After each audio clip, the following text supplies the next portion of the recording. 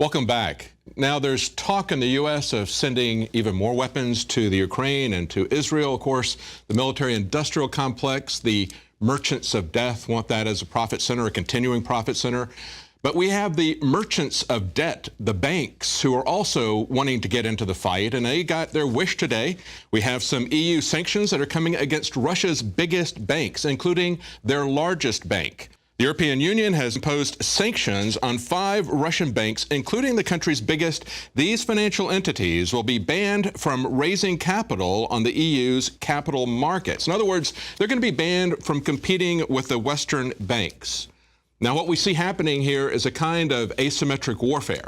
They can keep the Russians out of the very lucrative Western economies, but at the same time, the Russians are working to do an end round of the entire financial system, that is, to take down the American dollar with an alliance with Brazil, as well as India, China, and South America. That's the BRICS. If they can do that, that will be a crippling blow to the Western financial system.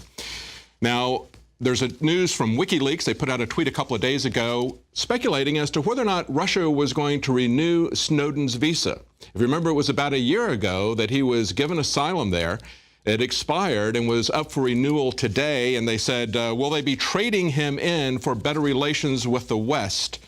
Well, I don't know, but I tell you what, Putin is no friend of free speech either, because we see in this news from The Guardian that just like those in the West, the Russian government is now cracking down on individual journalists, on bloggers, on social media. They want to control freedom of the press there and free speech every much as the Western governments do.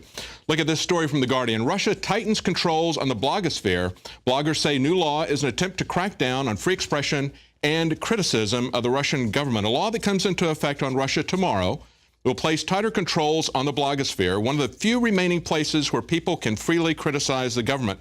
Popularly known as the Law on Bloggers, the legislation requires users of any website whose posts are read by more than 3,000 people each day to publish under their real name and register with the authorities if requested. See, whenever they think anything is dangerous, like free speech or the freedom to keep and bear arms, or right to keep and bear arms, they want you to register those freedoms with you, so they'll know who's using these freedoms that they feel threatened by. And they clearly pointed out what is obvious to all of us if you think about it. They say it's about creating a situation where Big Brother is watching you, said one of the media entrepreneurs and a popular blogger. He said, you're part of a list. You are being watched. You're being observed. You're being served notices. You could even serve a criminal sentence if you choose to speak out. That's what the registration is really about. They want these bloggers to know that they're being watched. They want to underscore that in the same way that the Western governments leaked out about a year and a half ago, the fact that they were spying on AP reporters and other reporters. They like to send that out as a bit of intimidation. And so that's some intimidation of free speech in Russia going on there. Well, you may remember it was about a month ago that the German government told the CIA chief to get out of Germany. Well, it's not just the German government, it's our own government that's angry with the CIA, specifically the Senate. They were looking at reports about CIA torture, rendition, and they got spied on by the CIA. Staffers were tapped into. Now, they took then-Director Brennan before the Senate committee, and he said to them, he said, as far as the allegations, CIA hacking into, Senate computers, nothing could be further from the truth. I mean, we wouldn't do that. I mean, it's just beyond the, the scope and reason in terms of what we would do, he said. Well, you know what? He came back today and he said, actually, we were doing that. And he actually apologized, which is good. He apologized to the Senate for essentially doing a J. Edgar Hoover on him. This is something that the intelligence community has been notorious for the longest amount of time. But it's interesting that he did finally admit it in this war going back and forth between Senate leaders. What he did not apologize for was the rendition, the detention, and the torture and assassination, which was the subject of the investigation. Now, they're going to lay hard on that. And if you remember, CIA Director John Brennan was one of Obama's point men on the drone assassinations. It's one of the reasons he was picked as CIA chief. Now, it's not just the CIA that's going to be coming after your information, of course.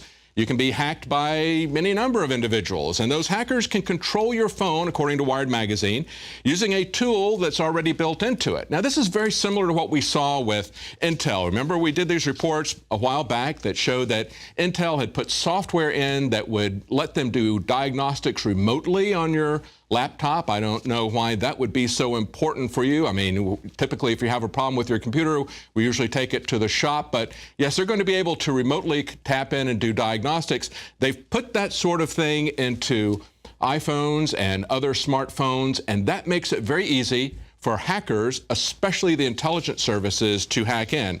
They say a lot of concern about the NSA's seemingly omnipresent surveillance over the last year has focused on the agency's efforts to install backdoors and software and hardware. But those efforts are greatly aided, however, if the agency can piggyback on embedded software that's already there. Do you think they know about that software? I think they do. If you remember, it wasn't that long ago, it was just the beginning of this year, that there were some Snowden documents that showed them laughing about the fact and the irony that even though it was Steve Jobs, an Apple computer, that had the iconic 1984 commercial, they said, who would have thought in 1984 that this, and they show Steve Jobs holding up an iPhone, would be Big Brother, and they show people lined up like zombies to buy the iPhone. Of course, they know that, and there's been numerous reports about backdoors that have been put in knowingly by the manufacturers of these smartphones and by the carriers. In this particular case, it's under the guise of saying that they can do remote diagnostics and corrections. Now, if you also remember, there's been a lot of talk about one of the companies, Palantir. They were tied in the Snowden documents to the PRISM leaks. They did have a program called PRISM, and by their very name, Palantir, and the fact that they were started by a CIA venture capital company, In-Q-Tel, and the fact that they're essentially looking through the internet to look inside of you and do data mining, determine what you're up to, what you're thinking about, what you're doing. The Wall Street Journal points out that Palantir has now acquired social analytics specialist PopTip. It's a 2-year-old company that analyzes data from Twitter. They say the acquisition by Palantir, which specializes in large-scale data mining for the FBI, the CIA, and Wall Street firms, reflects the growing value of Twitter's data as an indicator of social trends. Now, of course, we had a report not too long ago on Infowars.com from Paul Joseph Watson pointing out that they had actually used Facebook as an experiment on people to try to manipulate their moods, to try to make people depressed or to make them happy. It's not just about watching you to sell you products. And of course, that's the way the Wall Street Journal portrays this. If you look at this picture, and right there in the article, they got a picture of Hayden Panettiere, and they said that talk about her hairdo at the Golden Globes helped to guide a L'Oreal promo. And actually what they did was they monitored everybody's conversation about that, and if people were talking about her hairdo and the hairdos of the other people that were there, then they sent them a commercial. You see, it's also about corporate espionage, and that's one of the reasons why the Germans are so upset about the NSA. They know that it's not simply about politics. It's also about trading corporate secrets.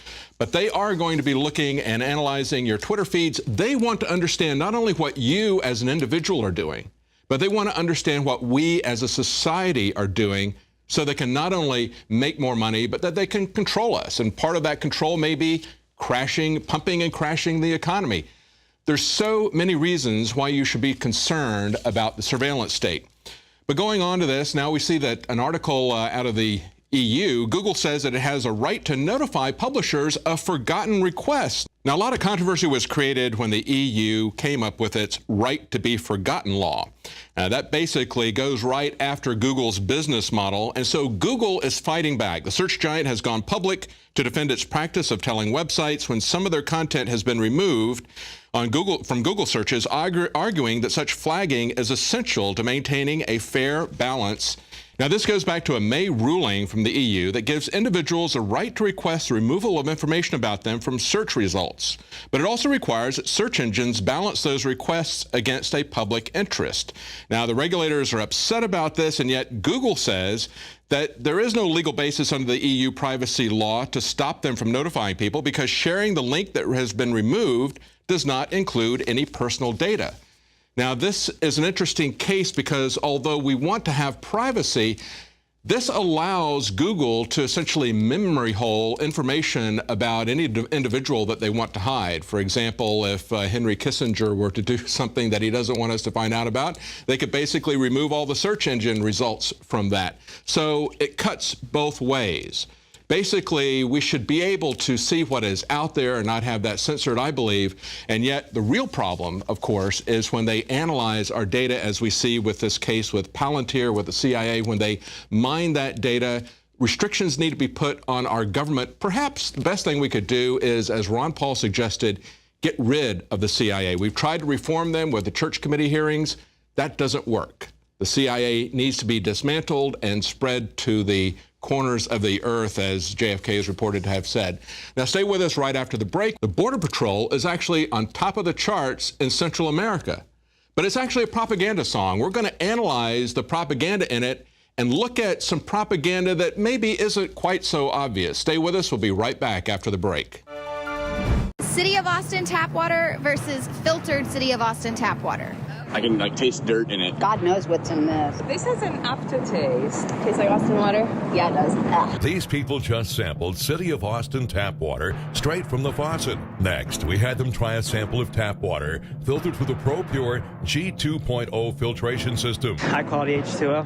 That one is better. Tastes like nothing. Yep, I know what good water tastes like. It's good water. Most tap water contains added substances like fluoride, chlorine, Monsanto's deadly pesticide, glyphosate, and many others. Studies prove that these substances are linked to an assortment of major health issues, including tooth decay, lowered IQ, and even cancer. It tastes like you're drinking out of the lake when you're drinking tap water. Yeah, it has that processed flavor to it. The ProPure G2.0 filtration system removes these deadly substances and many more, leaving only fresh-tasting, deliciously clean water. Okay, this is very tasty. It's good water. Refreshing. It's good. Go to InfoWarsStore.com today. Use promo code WATER and save 10% off your ProPure purchase. Again, that's InfoWarsStore.com or call 1-888-253-3139.